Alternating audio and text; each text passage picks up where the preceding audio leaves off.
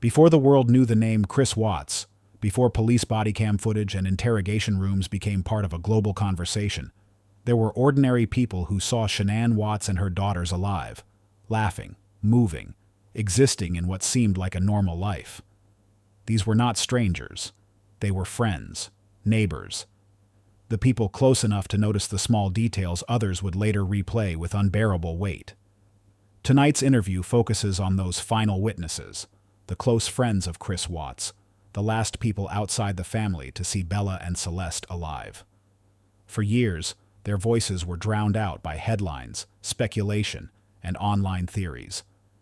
But what they saw, felt, and questioned in the final hours matters more than ever. These friends describe moments that felt ordinary at the time, casual conversations, routine interactions, a house that looked calm on the outside. No alarms, no visible chaos, just a chilling normalcy that would later haunt them. What makes their testimony so disturbing is not what they witnessed, but what they didn't. Because in many true crime cases, danger announces itself loudly. In this one, it whispered. As investigators would later confirm, the absence of panic, conflict, or obvious warning signs is exactly what allowed the truth to remain hidden for so long. And that reality leaves those closest to the case asking the same question. How could something so horrific happen without anyone seeing it coming? In this interview, you'll hear how these friends processed the shock, the guilt of hindsight, and the realization that knowing someone does not mean knowing what they're capable of. Their words don't offer answers, but they offer perspective. If you're looking for sensationalism, this isn't it. This is about proximity, memory, and the unbearable weight of being one of the last people to say goodbye without knowing it was goodbye. If you value responsible true crime storytelling, like this video, subscribe to the channel, and turn on notifications so you don't miss interviews that go deeper than the headlines. Lindstrom here with us tonight, and we're going to be talking about the Chris Watts story. You guys have intimate details. Potentially the last person to actually see Chris and the girls alive. Is that correct? Yes. We want to kind of go into your aspect of the story, and as it's told in a first person, there's a whole lot of information and detail that you guys have, some of which I don't think has actually been shared before. And so we want to kind of dive into this story. Obviously, the anniversary is coming up. It's been a big story around the country, and a lot of people are really interested in it. So we are very appreciative that you guys are here to actually hear this story firsthand from the people that actually probably saw them last. So introduce yourself. I'm Jeremy Lindstrom. And how do you know the what? I know them because I worked with both of them. Okay, go into a little bit of that for me. Worked with them as in how? What was your relationship? Chris was a very good mechanic, master technician. Shanann was a salesperson at the dealership I was at. Met them there. They don't have family that live in Colorado, neither do we. So we kind of struck off a little bit of a family friendship. They would come over to our house for birthday parties, our kids' birthday parties, Father's Day, Super Bowls, sporadic football games because they were big Pittsburgh Steelers fans. So, and we're from San Diego, so Chargers fans. If they ever played, we were together for that game. They would have parties at their house for Steelers parties, and we'd go over and watch the game with them, and just random barbecues throughout the summer. So your initial contact was through work, though. Absolutely. And what about you, Jennifer? How did you know them? Through Jeremy. He met them both at work, and he said, hey, there's this nice couple, and they just moved out here, and they don't have any family, and we should go out to dinner with them and hang out. And then after that, we just started hanging out with them regularly. And so I kind of want to go back and forth between the two of you because I really want to set the stage. There's a whole lot of documentation on the story. Mm-hmm. And in the documentation of the story, there is kind of a common theme, really, that most people didn't think this guy was capable of this. No, absolutely not. So I kind of want to get your perspective. when you first met him, kind of when you first got to know the guy and so on and so forth, and know Shanann, because part of this story is, and you'd said it before a little bit, most people think that you knew him first, but you actually knew Shanann better. Yes. So I kind of want to get that perspective on this. So I want you both, we'll start with you, kind of how you knew him first, and then I want to get your perspective on what you thought of both Chris and Shanann. Shanann was very detail-oriented, very OCD in a way, right? Chris was mow the lawn, clean out the garage. It was a very old-school, traditional family value in their house. Chris was a mechanic. Shanann was a mother, right? Like, very traditional along a lot of those. I told her one day at work, hey, I want to meet with you every Monday at 1 o'clock. Let's go through your customers. Let's see what I can help you with. Let's see what I can do. She would show up in my office, whether I was ready or not, with her phone. My alarm went off. Yeah. She would hold me accountable for our meetings. And Chris was meticulous with everything. That kid was one of the best mechanics I've ever seen fixing cars. He had a passion for what he did fixing cars at the store as a service guy. One day for his birthday, she bought him a supercharger for his Mustang. Like, would you think anything different? No. She knew what he loved. He knew what she loved. It worked, right? Everything worked. He is a hardworking kid. Anything she said to do, he would do it. 100% of the time. Hey, my parents are going to move out here. You're going to fly out to the East Coast, and you're driving the moving truck back, and they're going to fly home. He's like, I'm good with that. I'll drive the truck so they can fly home. They don't have to ride in the truck, right? This is the kid that did this. So there's no way, shape, or form would I ever believe this could happen. Well, there's certainly a consensus with a lot of the stuff that's out there that is a very accurate description from a lot 100%. of people. How did you feel about the two? Pretty much the same. Like, Shanann was always, like, from the moment I met her, she was always a super outgoing and super friendly. She wanted to, when we first met her, she didn't have any kids yet, and but you could tell that they really wanted to have kids, and she was really interested in, our girls and what they liked, and wanted to spend time with them. And then she got pregnant with her oldest, Bella, and you could tell that was, always her dream, is to have kids. And Exciting moment. yes, Nothing seemed odd. Well, she wasn't even sure she could have kids, right? they did have, I know, some fertility problems with the first two, and That she discussed with you? yeah. Absolutely. Okay. Yeah, she just always really wanted to be a mom, and she loved, like, when she was pregnant, she would always be excited about, I'm, decorating the baby's nursery, and this is the theme I chose, and I got all the clothes ready, and they're all washed and hung up, but I'm only 4 months pregnant, and So very type A, like Jeremy just absolutely. described. yeah, very Absolutely. organized, and just always, like, ready to go. Like, what's the next thing? And she just always had something going on that she could really dive into and be involved in, and just, And consistently that way every time you met him. oh yeah, 100%. absolutely. So tell me how often that you guys did get together. I know we talked about some football games and some parties, which we're going to get to the one party, which was the night before. But prior to that, did you hang out on a pretty regular basis? Regular as in maybe 6-8 times a year, Okay. depending on stuff. If I ever invited them to something, they showed up. Yeah. It's just, if they invited us to something, we showed up. It was just how we lived, 2 miles from each other? So she worked with you. Did you develop a relationship with him? Yes and no. Well, right? when you go to parties a lot of times and you're hanging out, the men will kind of go over to one side, women will kind of do their thing. Yeah. Were you with him one-on-one a lot? No. Not so much. No, he would come over, and his main goal was my food. Whatever I barbecued, whatever I smoked up, whatever I cooked, whatever we put out, he was like, I'm coming over because I know there's food, If it's free food, I'm showing up. Right. right? But he spent a lot of time with the kids. Yes. Shanann was more, hey, how can I help clean? What can I cook? What can I do? She needed to be involved in the party, right? Chris was involved in the kids and making sure they were taken care of, they were okay, right? Like, that's just how it always happened. Hey, they wouldn't leave. Shanann's like, I want to help clean the kitchen. I want to help put the dishes away. I want to do this. Like, that was normal. As normal as could be with really good friends. Consistently every time, too. 100%. 100%. So there was nothing early on where you were like, wow, this is an interesting type of dynamic relationship. It was actually one of those just really good old-fashioned school relationships. No, this was a relationship that people would probably wish for.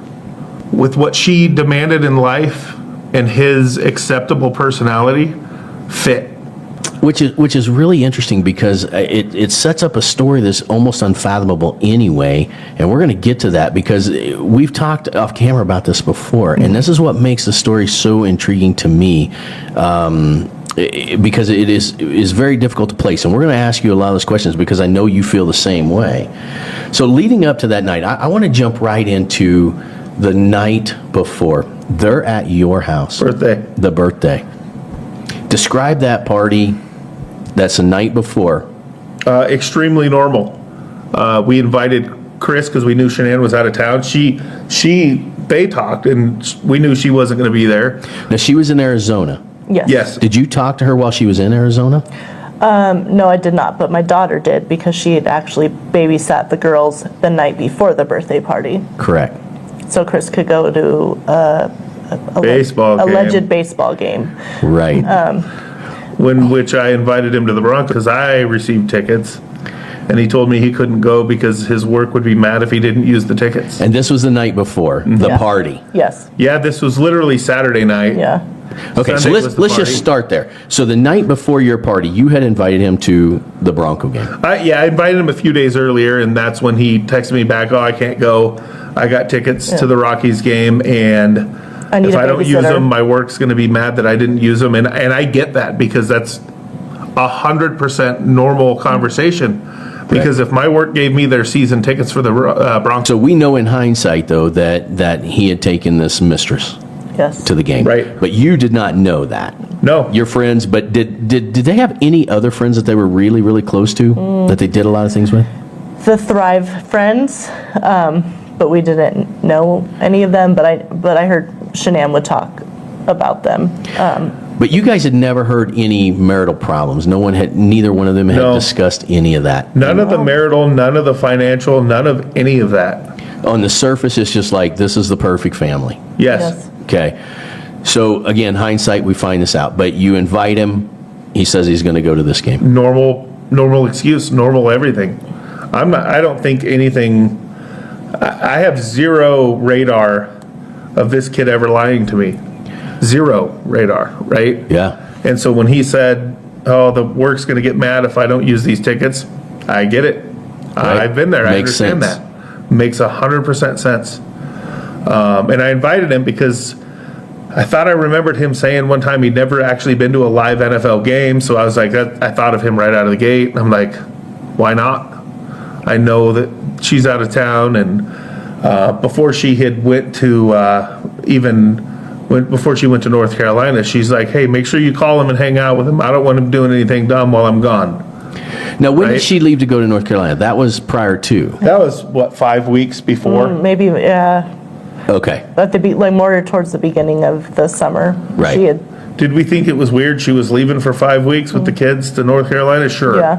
Yes. But Shanann's personality didn't lead down any paths of marital issues or anything, right? Well, this is why we're getting your story, because you guys have a really interesting perspective on the story. Because, again, knowing people, being friends. Now, there's a lot of times in relationships people don't tell their personal stuff, right? Sure. Right. But it was odd that she had left. But still, in your mind, because you'd seen them interact so well together, the 5 weeks is just 5 weeks. You thought maybe Yeah. she's type A, she's going to go do whatever she's going to do. Yeah, Yeah. absolutely. Okay.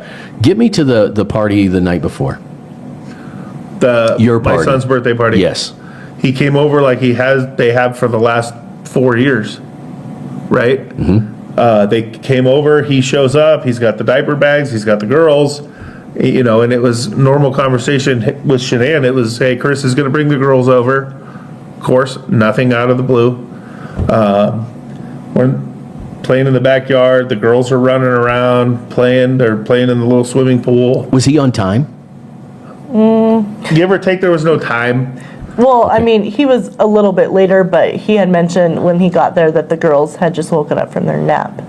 And nap was very important. Shanann had these girls on a schedule. Okay, so they were on schedule, Yeah. so nothing there was odd. It's just Nope. they were taking a nap and then they showed up. Okay. Yep. They were And we all there. were playing water balloons in the backyard. Chris was throwing water balloons.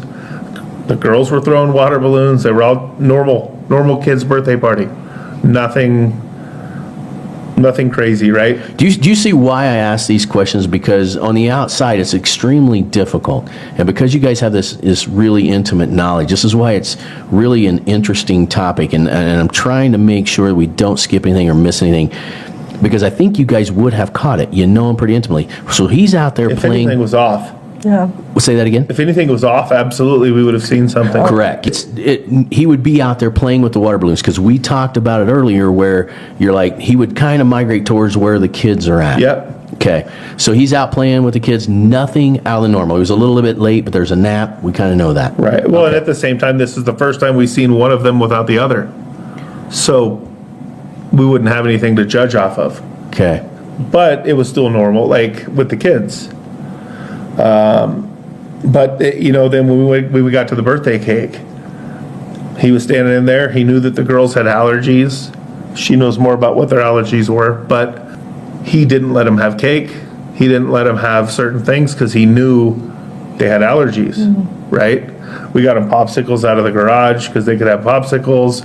And then shortly after the cake, it was time for them to go home because their bedtime is 7-ish. Yeah. 7-ish o'clock. Again, on schedule. On schedule. So let me ask 100%. you a question. When you were talking about the birthday cake, when he tells you they can't have it because of their allergies, just a sincere, I mean, was there anything about that where you would be like, okay, that's odd or anything like that? No, because, I mean, we knew the kids had allergies, and he just said, I'm sorry, they can't have cake, and you could tell that they were disappointed, so that at that point I said, okay, well, we have, just ice pops in the freezer outside.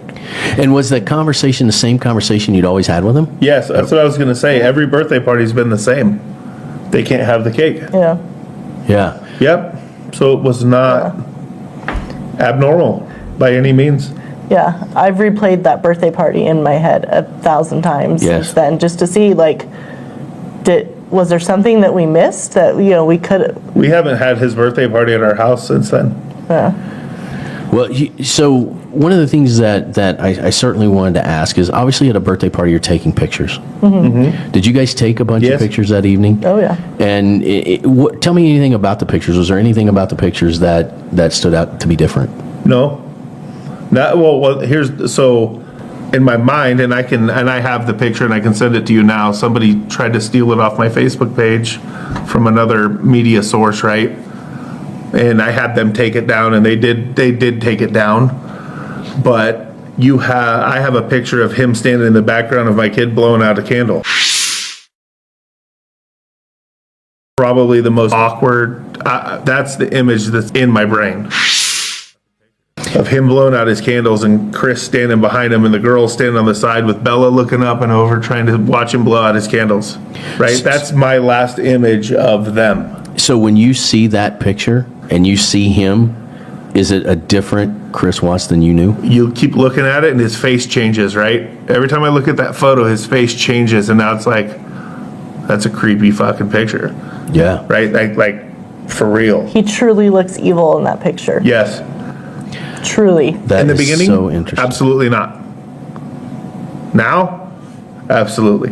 Right? Because Like what she said. and the way his eyes, he's just slightly looking up at, towards the camera, just with no soul in his eyes. Did you have the same visceral response as Jeremy did? Yeah. When you saw that picture? Yeah, and it was the same too when we saw him being in his infamous porch interview after everything happened. Right.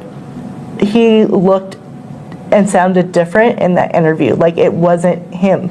It was him, obviously, but he looked and sounded different. So and same you with that almost picture. knew then, because we're going to get to this in a little bit, because Yeah. you haven't kept up quite as much as she has. Right, in there, and so. I'm probably one of 3 supporters that thought that news interview was not what everybody else saw. right? When you're inside the bubble and you don't want to believe things, you still don't see things. Well, I'm going to get to that because I'm going to really hammer that hard because especially with, you were there, you were at the house, but I'm going to bring that up in just a second. So as with anybody that goes to a birthday party or anything, there comes that moment where it's time to go. And obviously Shanann's not there, who would have cleaned up and made sure all that happened. Was there any anxiety, anything, or was the departure also what you would consider normal? Extremely normal. Yep. Was it, come on, girls, let's get in the car? I mean, what was that? It was bedtime's coming up, right? Yeah. We know that. We know Shanann's schedule. She has a schedule, and if you tell us it's her schedule, we're going to say, Yep. okay. Yeah. Right? That's okay. Right? And we don't. Yeah. Well, and they stayed a long time too. It's not like they were there and left in 30 minutes. Well, that's what I want to know. The party started how long were they there? Probably for 3 hours. Yeah, 3 hours, normal. They were there for And that would be normal. Yeah, they were there for the playing and the eating and the cake and the presents. Like, they're in all, during a party, you take a series of pictures, like, of the kids playing, of the presents and the cake. They're in all of those events that happened at the party. And then they, just... And he doesn't drink or anything, right? So they just said, all right, well, we Nothing. got to get going. So he had nothing to drink? No, he doesn't. He doesn't drink. Not his thing. Yeah. Very, very, very fascinating because, again, this is kind of the story I think that a lot of people have never heard before. Right. And it's a real interesting thing because, again, when we can all put ourselves in that situation and know what is coming down the pipeline here. You would absolutely think that there would be something out of place or something not right. Yeah, there's no way in my brain that this kid said, hey, can't wait to marry that girl so we can have kids and kill them all. Yeah. Right? That didn't happen. Like, yeah. That's not how that works, I guess. Like, are you convinced that, obviously I think we know through, what investigations have taken place that it was pre-planned. He knew he was going to do that. Based on all the stuff I've heard since then, apparently yes. Yeah. Yeah. Right? That's And kind of the consensus. How can anybody freaking go to a kid's birthday party knowing that, hey, hurry up. Why would you protect the cake? Like, all that shit goes through my head, right? Right. Why would you care that they're allergic to something if you're about to take them home and freaking do what you did? Yeah. That doesn't work, right? It doesn't, which is kind of that gap of speculation. Did the guy really intend to do it while he was at the birthday party? Did he? According to his post interviews that I've seen, it was weeks before. I believe the kid, maybe I'm going too far into the story, but when he got with this other girl and got to go camping and got to go to the Shelby Museum, which he's a big Ford mechanic, right? Yeah. That's his passion, was Ford mechanics. His passion wasn't the oil field. It was the Ford mechanic. It was going camping, going to the Shelby Museum, going to all these Moab and everywhere else he got to go in that 5 weeks period of time, probably is what transformed his brain to a lifestyle that he didn't have, that he didn't know existed, and then wanted. Yeah, there is a lot of speculation to that, and kind of how that transition went. There are certainly a ton of interviews. Here at Truth Talks, we don't want to, we don't want to put everybody else's perspective into this because it's really about you guys telling the story. But there is certainly some perspective that it had been going on for a while. The thought process was there, and then obviously we did it. That's why it's so interesting to know that you guys saw them the night before. Yeah. That was what was really interesting. One of the other things you want to talk about is, again, when you hear that, your daughter babysat for them. Yes. That's got to be a little chilling, too. Yeah. Yeah, well, and her story was when she babysat the night for the baseball game, right? When she came home, she had mentioned the pantry was a mess, like the house was a mess. It was not clean anymore. It was not organized anymore. There was zero regard for everything that Shanann does at the house. Right? She's like, I've never seen that house that dirty. Stuff was everywhere. And that is interesting because that's the whole reason why I wanted to bring that up is there was something awry that as far as that goes. Mm-hmm. And your daughter noticed that. Yeah. Right. And brought that to your attention. So we know that, man, it is really structured how they live their life, but yet she noticed that there was something not right. Right. Yeah. And was there anything else that she said? Yes, it was about the allergies. So when I picked her up, she said that everything went good. That I said, well, how did bedtime go? Because I know if she would to be babysitting her brother, bedtime wouldn't go good. He wouldn't want to go to sleep, and but I know they have a very regimented schedule. So she said that Cece went to bed pretty easily on time, but then Bella went to bed and then came downstairs and said she wasn't tired yet, wasn't ready to go to bed. And through some conversation that she had with Bella had mentioned that her sister can't have coconuts, and that she does have coconuts, that she won't be able to see her anymore. So that really stood out to my daughter, and she thought that was kind of sad that she, had thought that in her little mind, but possibly someone had told her if she has an allergic reaction to it that they could die or something like that. Yeah, so it's probably just so that she would know to help watch out, so that she doesn't eat the wrong foods. But then eventually Bella settled down and went to sleep. Another strange thing was that Chris, when she got there, Chris ordered pizza and said the girls have already had all their medications, because my daughter was a little worried, like, am I going to have to give them medications at certain times? Am I going to have to give them nebulizer treatments because they had asthma? So she was worried about the medications and giving them the right medications. But he said, no, they're all good. I gave them their medications. You just have to feed them and put them to bed. They were already in their pajamas. Chris didn't leave his phone number with her, and she didn't leave her phone number with him. It wasn't like a conversation, and he didn't contact Jeremy or any of us to ask how the girls were doing. But Shanann, who was in Arizona, contacted our daughter to check on the girls and asked her to send pictures of them. So Shanann must have known that he was at the game.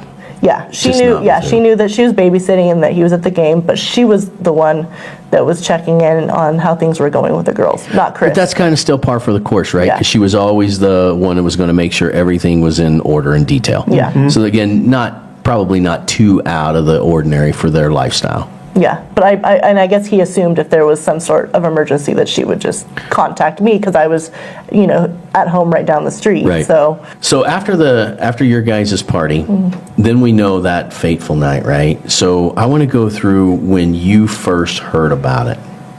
I mean, obviously you're at this party, they're there, the girls are there, he's there, the girls are with him. You go to bed that evening. Was it the next morning, right? That we found out? Yeah. The next No, it was the evening. next night. Yeah. The next night.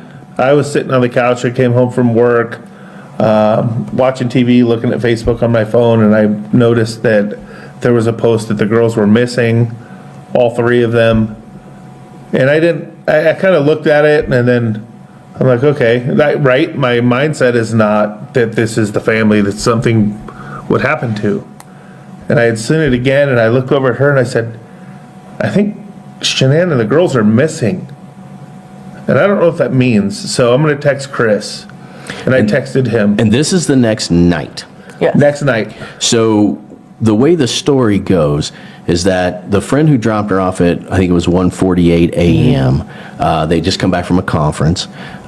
She had missed an OBGYN appointment, and the friend was actually who called the police and called Chris as well. Yep. Which is interesting, because we've discussed this case before as we were kind of preparing, and we both were kind of like, who really follows up that quickly? I mean, I don't think we would have, but obviously a good friend of hers, probably knowing that the type A personality, if they didn't answer that first time, then something's going on. Yeah. So that was kind of the initial setup that was going on, but you guys didn't know any of that was taking place. No. But after I you knew saw she it, was getting home in those 2 days, right? Like, yeah. we knew that much. When you guys heard that part of the story, was that shocking at all for you? Knowing that the neighbor would be like, hey, she didn't answer this text, she missed OBGYN appointment? Well, my instant reaction is, how does somebody's friend know that they missed a doctor's appointment? Nobody's doctor ever called me because one of my buddies missed an appointment, right? That's my mindset of things. What they talked about in Arizona or what they did in Arizona or a conversation from the airport, I don't know any of that, right? Yeah.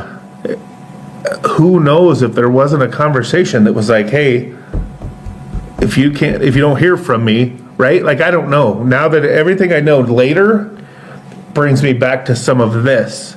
Right. Which is all speculation in my head, right? But when I followed this through, and I'm like, there's no way he did anything. Who calls the cops after dropping somebody off at 2 a.m. or whatever at 10 a.m. because they missed a doctor's appointment? Yeah. Like, nobody's doctor calls that somebody else to say, hey, your friend missed an appointment. Yeah. Right. Right? That's my brain. Yeah, no, I kind of went down that road too. And then what is interesting is, but we're talking now, this is like noon, the police have showed up, they're talking about, but then it hits the airwaves that night. Well, and at the end of the day, good for her, right? Right. Good for her for having the absolutely. wherewithal to know that something's wrong. Yeah, something's Right. wrong. Because we knew them and we were close to them and we didn't speculate anything Yeah. would ever be wrong. Yeah. But so good for her, right? But you then hear this information how and when? On Facebook at about 8:30 at night, and I looked at her and I said, I'm texting Chris, hey, is everything okay? What was the initial message that you saw? On Facebook? said- yeah, did Was it that say- the girls are missing, help find my girls. From Shanann's mom. Right, From Shanann's mom? Yep. Okay. right. And And I was like, I'm texting Chris, hey, is everything okay, right? And he texts me back, oh, I'm sick to my stomach, blah, blah, blah. Can you give me a timeline on that, about what time that was? Let's just say 8:30, Okay. and about 8:30 and 30 seconds, I Okay. texted Chris, but by 8:31, I was already in my car, Okay. driving to his house, right? Like, what the hell's going on here? I have flashlights in my car, who are we going to look for? Or did they go on a walk? Because they have a pool in their area. Did they go to use the bathroom in the pool because the girls had to go to the bathroom? Did they get stuck in a bathroom? I'm not leaving them overnight, stuck somewhere, yeah, Right. right? That was my, that was the initial let's thought. go, right? And so I went over to the house, his door's wide open, he's on the phone with somebody. I go in the house and I'm like, what the hell's going on? It's like, I don't know where they went. Her said she was gonna maybe stay at a friend's house, like, oh, I got all the bullshit. Okay, I wanna stop you right there though. And again, this is in hindsight. Yep, You see Chris at the party, and even before. yep, Was there anything different about that engagement? no. Okay. Nope. When I went into the house, I'm sitting at his table, he's on the phone with someone, and it's like, where the hell are they? I'm like, hey, where do we go? Where do we go look? What do we do? And he says, oh, the cops told me to stay here. I don't know what I'm looking for. They told me just to go to bed and we'll do this tomorrow and whatever, right? He was just saying things and I'm just like, okay, I don't want to push him too far. I don't want to bug him. I don't want to not be supportive by any means. And so maybe 30 minutes goes by or so, and then I'm like, okay, well, I guess I'll go home, right? And when I walked out to my truck, my phone rings. Let me back up. While I'm in the house, she's texting my phone. Where's her car? Are the car seats in the car? Where's their medications? Right? All the mother... So you're thinking about Yeah. this. Because Yeah. I'm like, maybe they got into a fight and she left and went back to North Carolina or something along those lines. Right.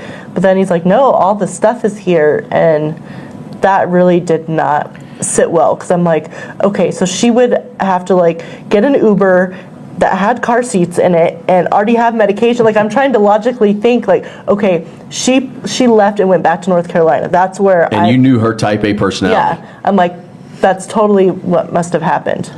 And she just needed time to cool down. The stuff being there was really, and then to come to find out her purse was there, her wallet was there, her phone was there. Correct. So that was really the kicker right there. Now, that did something's you not right. relay that information Yes. to her? That the person So I phone- asked him, I said, where's their medication? Yeah. Where's their medicine? He said, oh, she has more than enough medication than we have at the house. Did you go inside the garage and see the car No. with the car seats? No. Did he just I- told you that? I didn't want to, I guess in my subconscious did not want me to attack anything, Yeah. right? Yeah. Nor was I thinking I should. I asked him straight up. I said, "Is the car in the garage?" He said, "Yes." "Car seats?" "Yes." "Where's her phone?" "It was on the counter. Cops took it."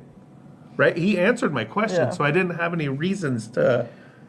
And still, your Oh. radar is like, this is the same guy that I've known. I'm thinking you're the cool, calm-headed guy, and I know her well enough to know that if you try to screw her over, she's taking these kids and she's getting the hell out of here. Yeah. Right? Because her personality says so. Yeah. And so when he said, "Well, we got in an argument and she said she was just going to take the kids and go to her friend's house," I'm thinking, okay, that's probably it. Right? Because nobody comes home from work and says, "Hey, by the way, you know your best friends, or not best friends, but your friends, they just killed their family." But at any Yeah, point, no. but at any point in your mind, it's like, well, number one, that friend would have to live close. Right? And then certainly by then the cops would have found, they probably would have called every friend that they had. Sure. Did you get a call from the police? I did. So when I left his house, I go out, door shuts. I'm standing on his porch. I look down, there's a dead bird on the floor. And I'm thinking, why is that bird on the ground dead? Right? Doesn't happen. I said, "Yeah, that's not a sign I'm leaving." Right?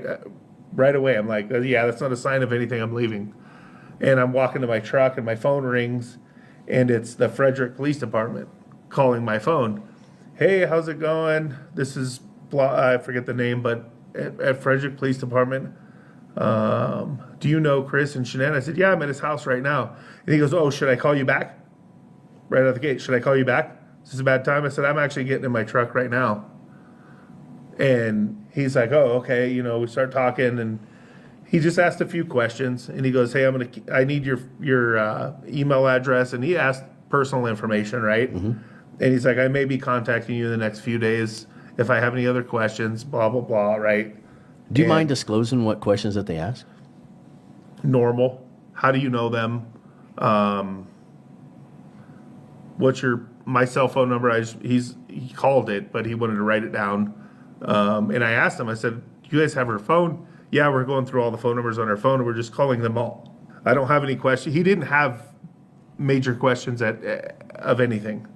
It was General information. just, "Hey, I just want you to have my phone, or I want to have your phone number. I want to have your email address. We may be calling you. You're at the house right now?" "Yes." "What'd you guys talk about?" "Nothing. I'm just looking for where these kids are." Right? Where Shanann is. And then he's like, "Okay, well, thanks for talking to me." And that was it. So nothing about, when did you get there? What are you doing there? How long have you been there? They weren't investigating anything, right? They were just going through phone numbers. Yeah. Yeah, I think at that point they didn't even know what they were up against or looking for. One would think that, right? Yeah. I mean, you would think that anytime something like that happens, the first thing you do is everybody's a suspect, I would think. Sure, And sure. because I want to get to that a little bit later too. I want to talk to you a little bit about what your experience was with that, and if you felt like you had, there was any type of really questioning of you, like what was your role in this thing? Right. So again, you then. You hear this news, you go home. What happens after you go home? Are you still texting him? No. Nope, I didn't text him at all the rest of the night. Went to work the next day. Are you texting Shanann? No. Oh, I did text his Shanann. And I said, "Hey, where are you?" Yeah. And I got nothing back. Yeah. Right? I said, and I'm looking at Facebook and I'm looking at different things. And I texted her again. I said, "Hey, dude, if you're somewhere, just tell your mom, right? Tell your mom where you're at, because your mom's worried shitless. Just let her know." Nothing. And there was things that would happen, like, because the cops had certain things like on Facebook and stuff like that, they had access to her account and everything. You would see where it looked like she was going to respond to something, but then no responses. Like when you text somebody and they text you back, if you have an iPhone, it shows a little cloud that they're typing. Right. There was different things where it shows that the messages were read, not from my phone, but from Facebook. Because I messaged her on Facebook, and I'm like, I don't know what to do. Do you guys mind opening up this for just a second? But you get home that night after talking to him and so on and so forth. Do you mind telling me what your guys' conversation was? Essentially, it was the conversation of, I was at the house, yes, her phone was there, which she knew most of that. The cops called me on the way home.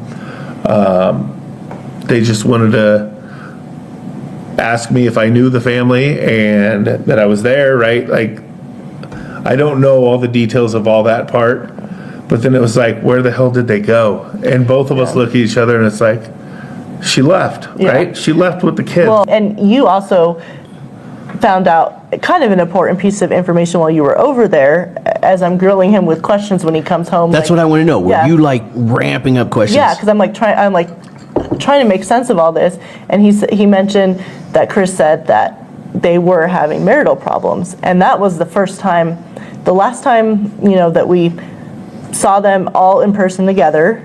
She was newly pregnant. They were excited. Never heard of any marital problems. So he said, yeah, they've been, having disagreements and whatnot. So immediately I thought, okay, she left. She took the girls. She left. They're having issues.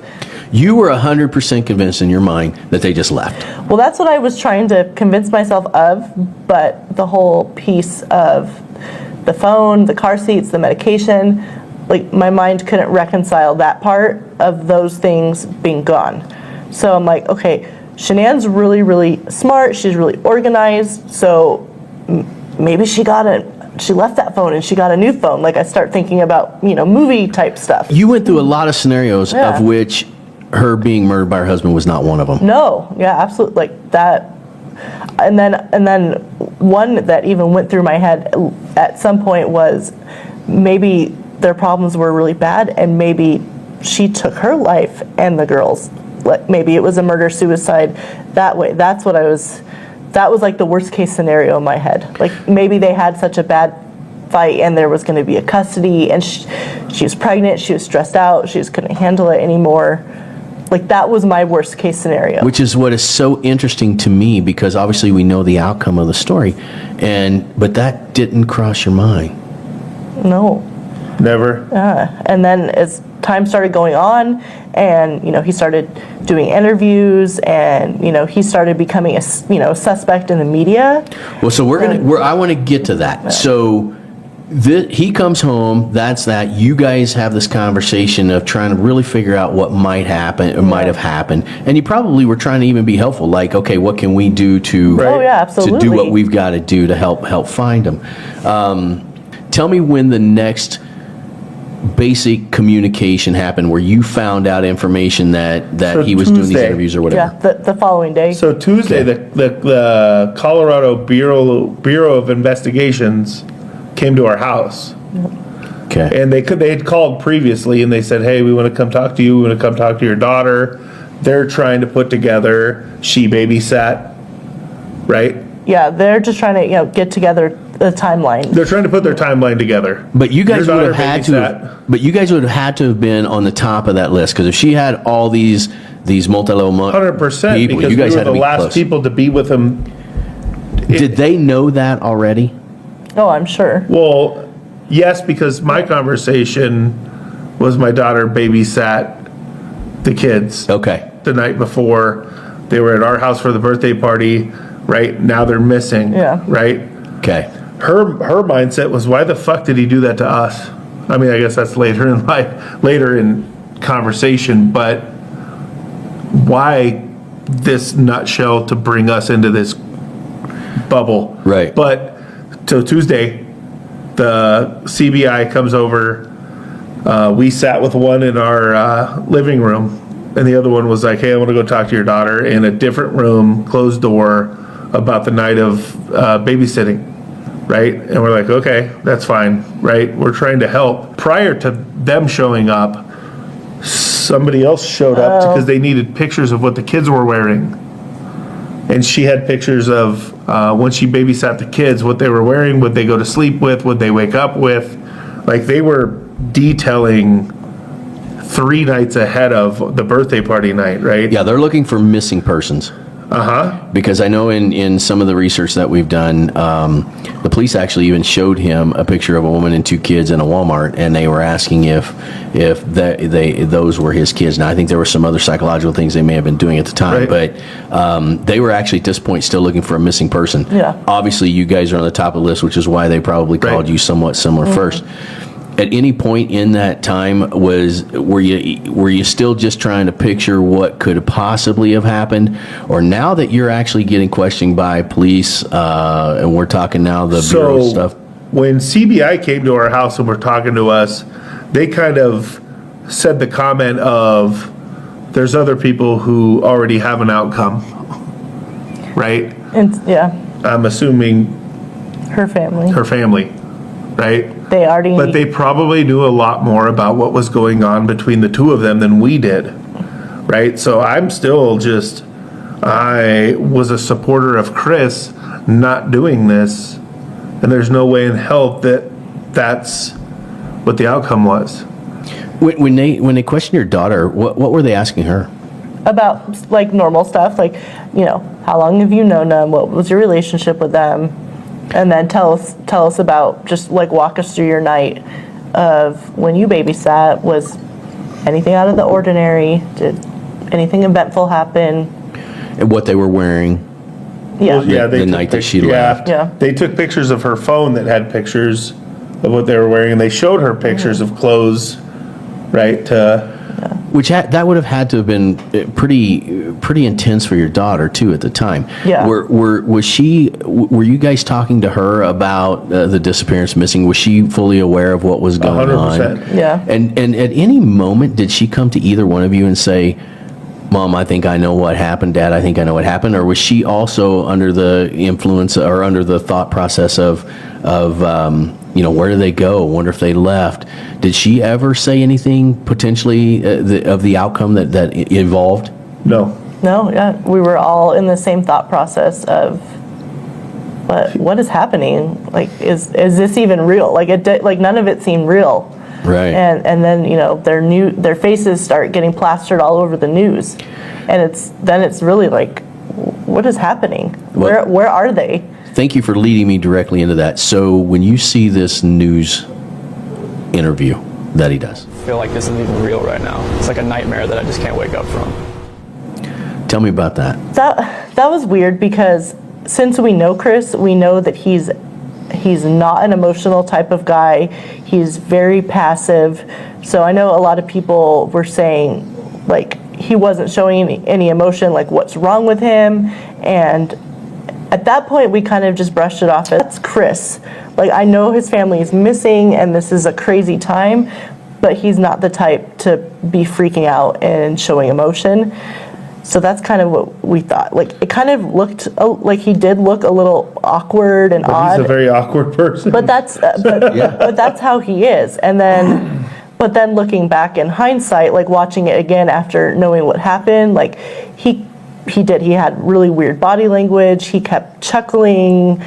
I don't know. He was just really So after a the little fact, too you noticed, nonchalant about it. after the fact, you noticed things that you were like, okay, Yeah. I didn't see that before. Yeah. Because one of the things, I mean, obviously there's a lot of people who've done a lot of stuff on this. Dr. Phil was one of them that did a whole presentation with it. And, he was using pronouns instead of the names and a lot of things that make sense kind of in a hindsight 2020 thing. Because it's a big story. It's the unfathomable. And again, I can't tell you how much I appreciate you guys sharing this, because somebody's going to benefit from this. There's going to be something that comes out that, this stuff does happen and it's real. And, what is so intriguing is the way you guys have described him, and also even that's Chris. That's the kind of demeanor that he does. I think that's really a fascinating thing. But now you are seeing these things. You have to be hearing from friends that this guy did it. Oh yeah, well, just reading the comments on the news after his interview, everyone after that interview thought that he did it. They had him pegged because Yeah. they had no idea who he was. Yeah, they didn't know who he was, and we're like, no, like It still didn't sway you. It's different Yeah. when you're inside the bubble. Correct. We're like, And, no. and I had people calling me from where I worked before that also worked with him. Like, what the hell did she do? Right? Everybody was like, Not surprised that she would take the kids and run. Yeah.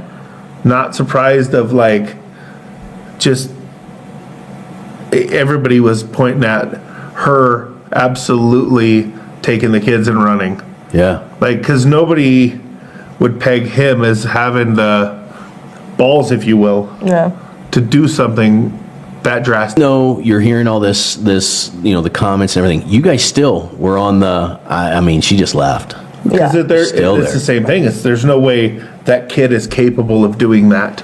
Right.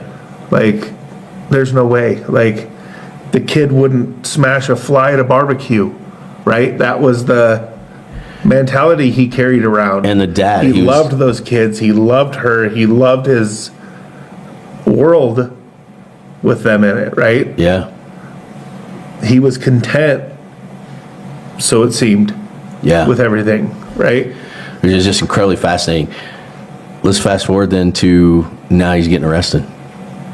Now what's So going through your mind? Wednesday, we're sitting hanging out with producer Chad. Obviously, everybody probably already knows we're neighbors.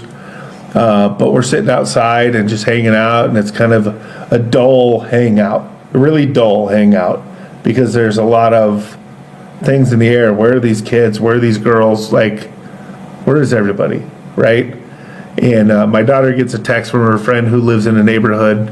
Hey, I think the dad just got put in the police car. I think the dad got this. And we looked at each other like, there's no way. We're not ready to accept anything like, other than no, she no. left, right? That's the only thing that my brain will allow, Right. is that she took the kids, she left, and they're safe, right? And the news comes on at, 9, 10 o'clock. We're sitting in bed, we're watching TV, and Chad texts me. He texted me, holy shit, right? Or whatever. He said, what the fuck? And we had just saw it too. And it's like, holy shit, he killed him, right? Yeah. And I'm sitting there, I got the blank stare on my face. I'm not an emotional person. Girls obviously all start crying. She starts crying, they start crying. By the time I get to the door, he's already at my door. And he's got whiskey in his hand. And it's like, looks like we're standing on the porch for a minute, right? Because I'm trying to process, I was at this fucker's house 2 days ago, trying to help find these people. Is this real? Is this not real? Is this real? Is this not real? That's the way my brain goes, right? Yeah. And oddly as it can be, I get up in the morning. Obviously, there's a lot of emotion that goes on overnight, right? Right. I get up in the morning, I'm driving to work, and the Black and Yellow fucking song comes on.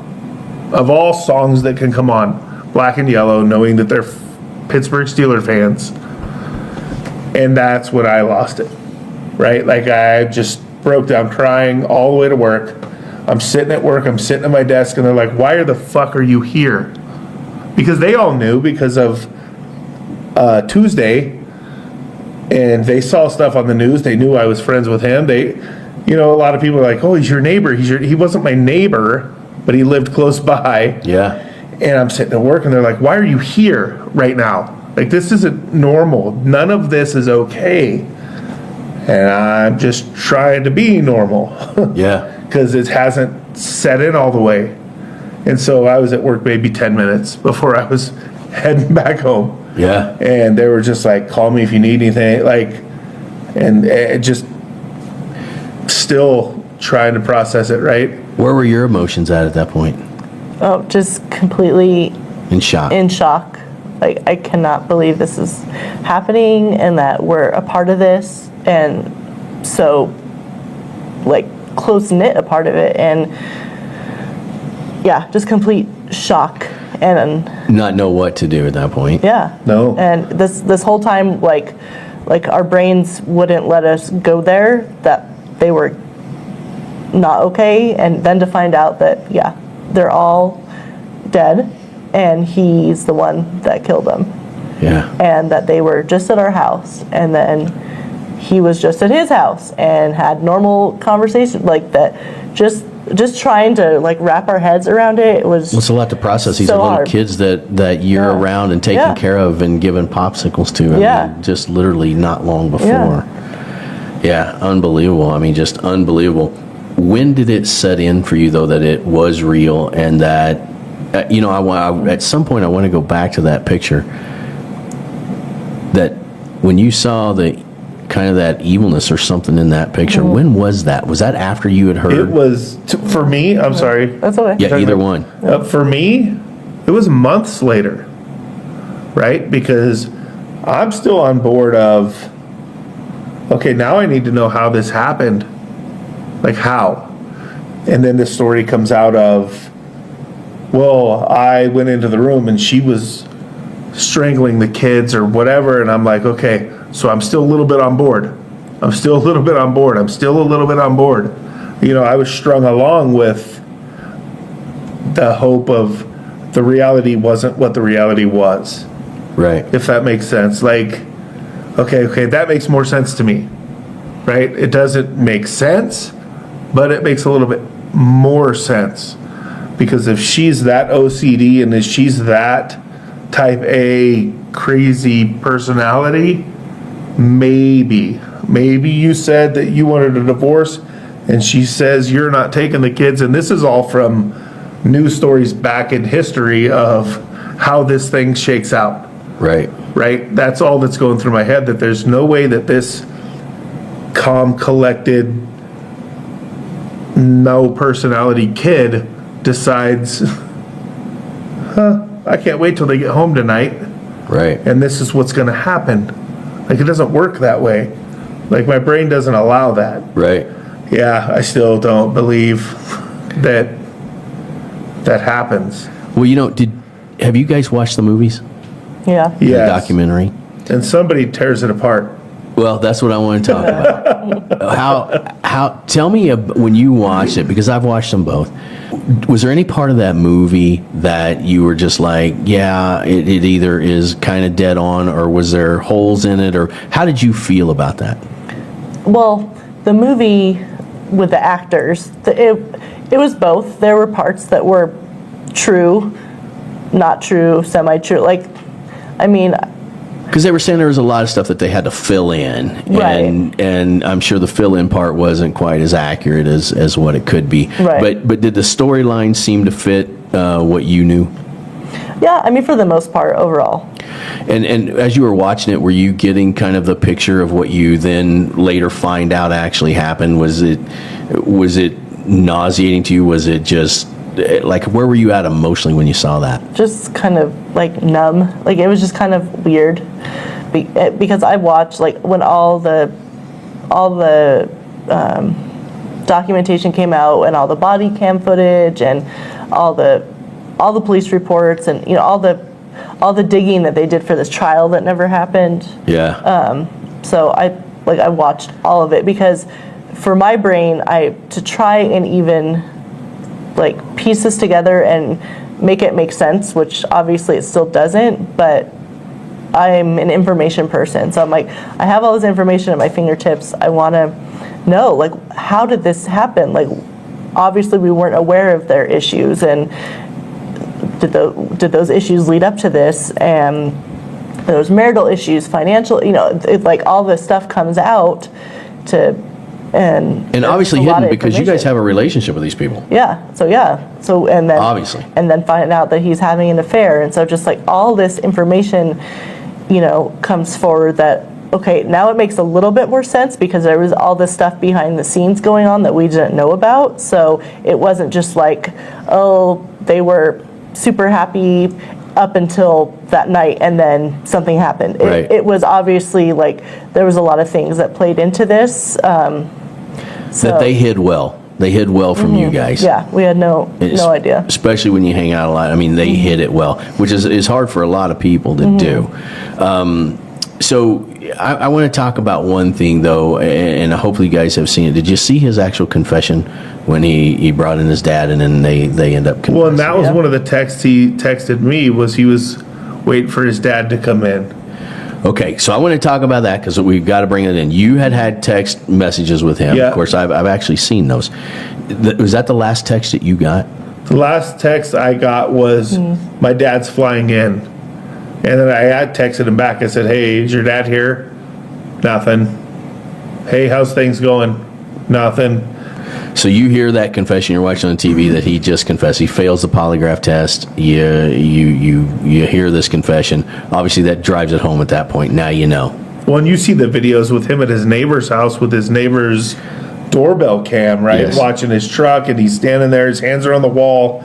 Now I look at it like, man, am I glad I didn't know when I sat on his kitchen table the night after. Well, that's kind of where I want to go with this segment is, where all this information comes out, you see the doorbell cam. You see the other camera where, the truck is backing up. You see another car goes by. And I'm going to kind of finish this up here in just a minute. And I'm going to ask you guys your honest opinion on this because there's a lot of speculation that there may have been accomplished. But when you saw all of that stuff, at any point in that time were you like, yeah, this was completely premeditated? He didn't decide this that night after he left our party. This was decided weeks before. Did you have that sensation? No. Tell me that. Would you have? Not at all, because everything was just way too normal.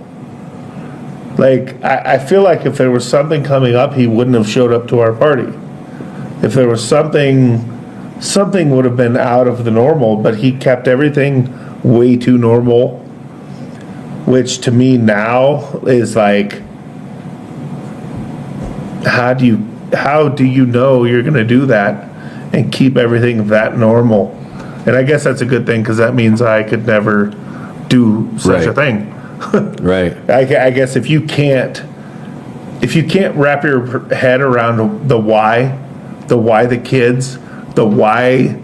Like, I could understand a little bit of, you could heat of passion, a fight with someone, whether it's your wife, whether it's a person at a bar, whether it's a friend, whether it's something. Another adult. Things happen a little bit easier than the whole pregnant wife to be, right? Like, kid, pregnant wife. How do you... The best part is if you can't wrap your head around the whys, good for you, because you're not that guy. Right. Like... Yeah, no, that makes perfect sense. Perfect sense. Couple questions. Have you talked to him at all since his arrest? No. If you had the chance, would you? Yeah. What would you ask him? What the fuck? Yeah. Yeah. In a nutshell, that's the obvious one. Yeah. She probably wouldn't be allowed in the room. Like, Yeah. I Yeah. mean, seriously, like, But download your brain, because the problem is that, download your brain. the FBI has gone back to interview him, and he's had another story, and then some lady wrote him letters and wrote a book, and then Yes. he had another story, but there weren't like enough questions to still answer. Like, there's still a lot of holes in it, even when and he keeps telling different stories, and every time he tells the story it gets worse. So it's like, what really is the truth? Has to be in there somewhere. Like, what is the truth, and what is your, like, what was your thought process leading up to this? And now, like, I don't know, they're like, the FBI interviewed him again, but they didn't ask the questions that I would have asked. Right. It wasn't. Would it be important for you to know? Do you feel like you would like to know, just for your own closure and peace of mind? Yes, just to know, because. And I'm going to follow this up with another question. So we obviously know he had a mistress. We obviously know that he was having this affair. But you knew him before the affair, most likely. During the affair, obviously. Yeah. He never changed at all? Did he seem happier being this happy-go-lucky guy? He's got this girl on the side. No. 100%. Nothing ever changed with the guy. Like, he has a poker face. Whatever's going on in his head, You never would have known. He doesn't show it. Do you think this guy was a cold-blooded murderer, or do you think that there were other circumstances that pushed him to do this? That's a tough question. Like, I don't know. Like, From what you knew about this guy, and you just don't think there's any possible way he could do it, do you think, just your opinion, that there was an outside influence that helped him make this decision? Would you speculate that? No. If anything, the kid was maybe introduced into a lifestyle that he didn't have by being with this other girl, where he got to go to the Shelby Museum, being a Ford guy, got to go camping, got to go to Moab, got to do all these different things, right? And maybe, right? And maybe that's just me trying to circle it together to where there's a realistic reason for anything. But I don't know if her showing him this lifestyle is enough to make him do this, because in my mind, you're a pussy, then just get a fucking divorce. Right. Right? Don't kill your fucking kids. Don't kill your fucking wife. Just man the fuck up and get a divorce. You know, Right? I want to run a couple things by you guys again.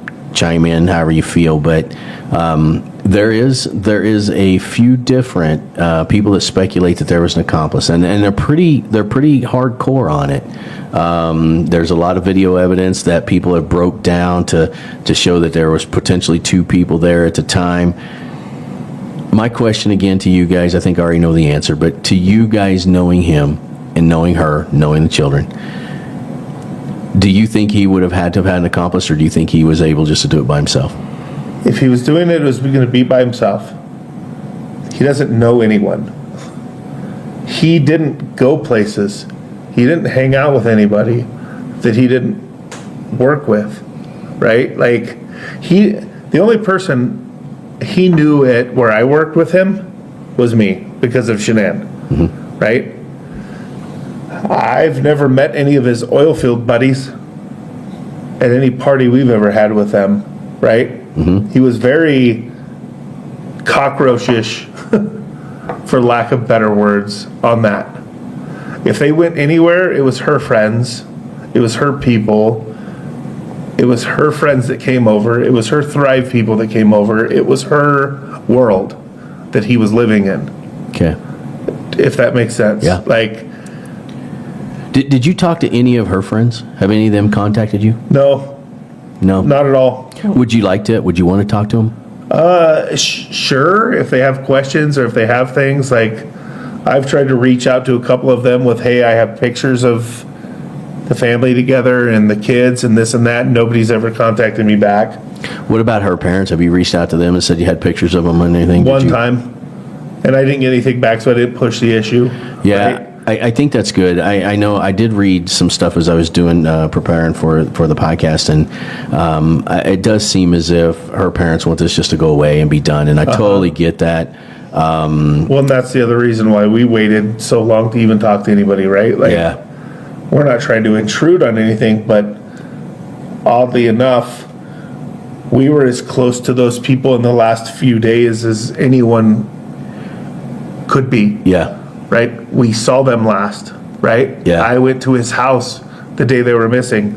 They were at my house the day before they were missing, right? That makes us the missing link in the world of movies they want to make, Yeah. stories they want to come up with, right? And it doesn't mean much, but it means in a 24-hour period of time, they were at our house, I was at his house, right? All right. Again, at Truth Talks, we want to thank you guys for telling your story, your honesty, just everything that, it's not easy to come on these shows and tell these stories, especially the traumatic events that you guys went through. You guys are kind of those people that people forget about.